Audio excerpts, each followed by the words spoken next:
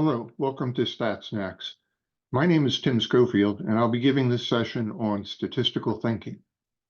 By way of bio, I started my career in the pharmaceutical industry at Merck Research Labs in the non-clinical statistics department, then moved on to U.S. Regulatory Affairs in GSK, and ended my industrial career as a senior scientific advisor at MedImmune and again at GSK.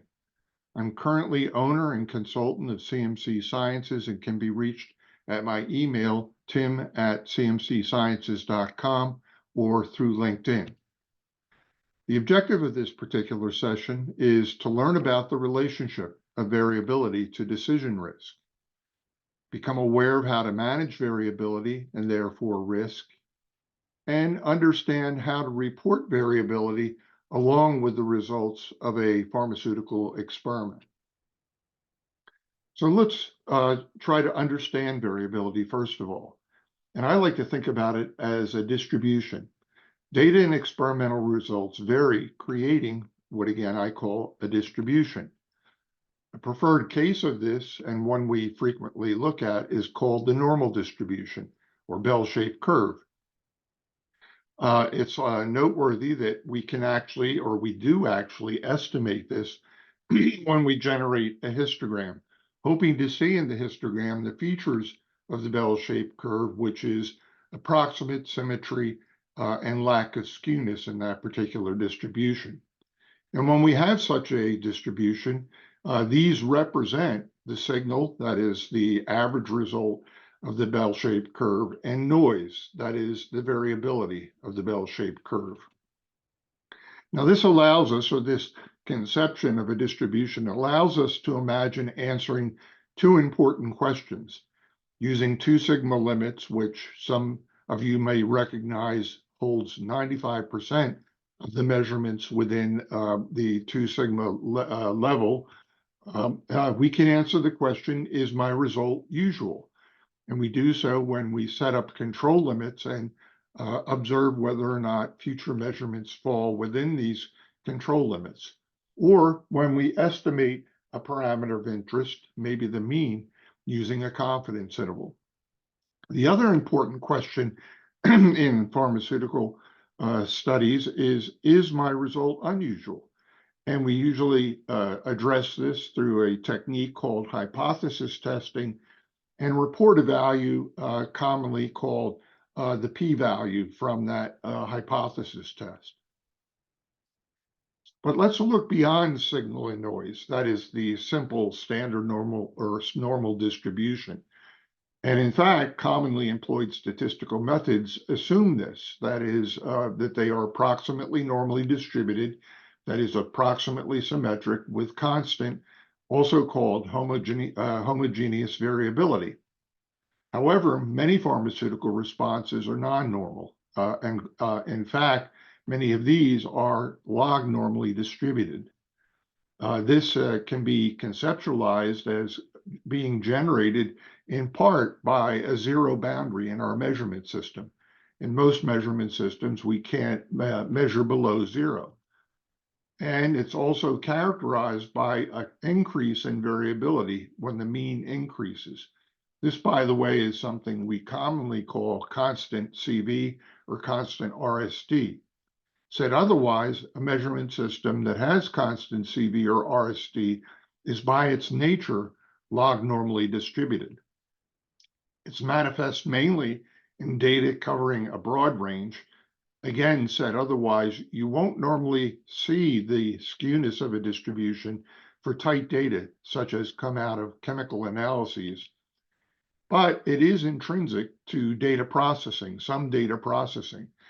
For instance, in relative potency determination in bioassay. So what do we do with this distribution since we desire approximate normality and constant variability? Well, this can be normalized by taking the log transformation. And analyses are performed on the log transform data, then returned to the response scale using an anti-log. Going forward, how can we manage variability? But before we talk about managing variability, and in this case, through sample size, we have to understand the relationship between risk and variability. This can be depicted, that is, risk can be depicted as the area under a distribution. So here I look at the simple case of a risk of an out-of-specification result when we have a distribution that covers the lower and upper specification limits of a particular, let's say, release assay. The variability of the reportable value, which is the average of n results, can be reduced, however, through replication. Again, in this figure, we note that if we increase the number of replicates in the assay to n equal to 6, we get a tighter distribution than had we only performed the assay one time. And the result of that is a reduced risk.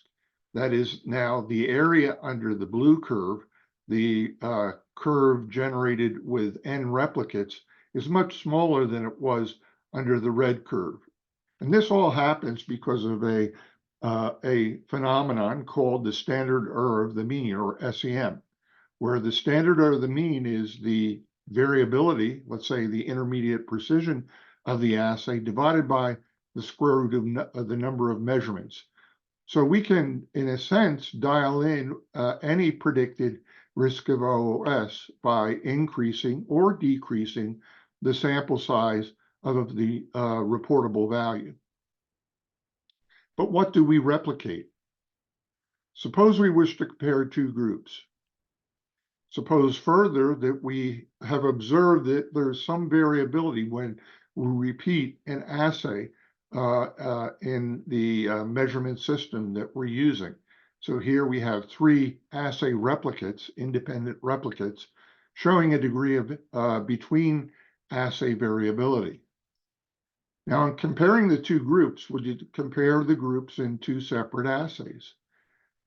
And looking at this and noting the variability of the assay per se, I would think that we may not, because replicating in the assay could result in ambiguity. That ambiguity being, in looking at this difference between group 1 and 2, is it due to the groups, or is it due to the assay variability that we see in the figure above? We can overcome this, however, by replicating between assays, and that may or may not show a consistent difference in groups across the assays. So here we've separated the effects of groups from the effects of assay 1 versus assay 2, and can observe that in assay 1, there's a difference between the two groups consistent with the difference that we see if we repeat the assay or we do assay 2. We can also manage variability through blocking and randomization. Now, this is a time to introduce the concept of a variability called systematic variability, or bias, which can be introduced through operational factors when performing a study, such as time, operator, equipment, cache, or position on a plate. So consider an experiment comparing two groups in an assay. We'll call these groups A and B this time. If we do, as we saw before, the two groups in two separate assays, the effects of groups is confounded with assay. This goes to the point that we had ambiguity when we did this experiment this way before. The more formal term for that in statistics is called confounding. We could block on assay, that is, as we showed in the last figure on the previous slide, we can test group A and group B in both assays. And this would be superior to the first because we separated the effect then of groups with the effects of assays. But better than that, we could randomize if assay order or some other factor may impact the results. And so taking the blocking structure that is in the middle figure, we can run assay 1 with AB, and assay 2 in the order BA, or some other randomization of those letters. Finally, let's talk about communicating variability. And what are the modes of communication? Well, I've already mentioned p-value, or significance probability, which is the result from a statistical hypothesis test. It communicates the significance of an effect as a probability. And those who are familiar might recognize we look to see if the p-value from the statistical hypothesis test is less than some small value, say less than 5% or 0.05. But p-values lose information about the size of the effect and might be substituted instead with a statistical interval, which also communicates the results from the experiment. And this might also be apt in considering error bars when you graph your data. So what kind of intervals might we consider? First might be the mean plus or minus a standard deviation, which would be used only to report the mean and the standard deviation. There's no further interpretation we can give this. So when somebody plots the mean plus or minus the standard deviation, all they're communicating is the average of a group and the standard deviation, which has no intrinsic value by itself. On the other hand, we can multiply the standard deviation by a constant k to give us control limits, that is, to cover some proportion of the variables, say 95%, or individual values, say 95%. This is often called a prediction or a tolerance interval. And finally, we can take the standard error of the mean that I showed you previously, and we can come up with an interval estimate on the mean of a parameter, say the reportable value from an average of a release of a product. And this is called a confidence interval. So we have plus or minus one standard deviation, which has no intrinsic value, plus or minus k standard deviations if we want to know where a certain proportion of individual values may fall, and t times the standard error of the mean if we want to know where a parameter, say the mean, may fall.